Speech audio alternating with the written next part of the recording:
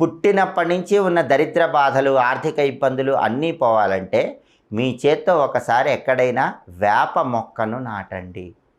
ఆ వేప మొక్కకి నీళ్లు పొయ్యండి.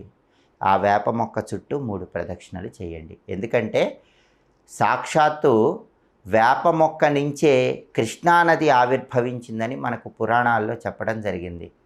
వేప మొక్కకు అంత శక్తి ఉంది.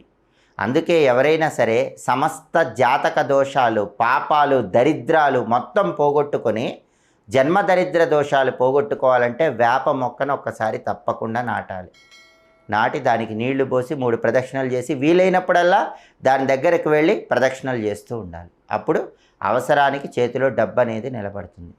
అలాగే ఈ జన్మ దరిద్ర దోషం పోవటానికి శివాలయ ప్రాంగణంలో ఒక ప్రత్యేకమైన దీపాన్ని వెలిగించాలి.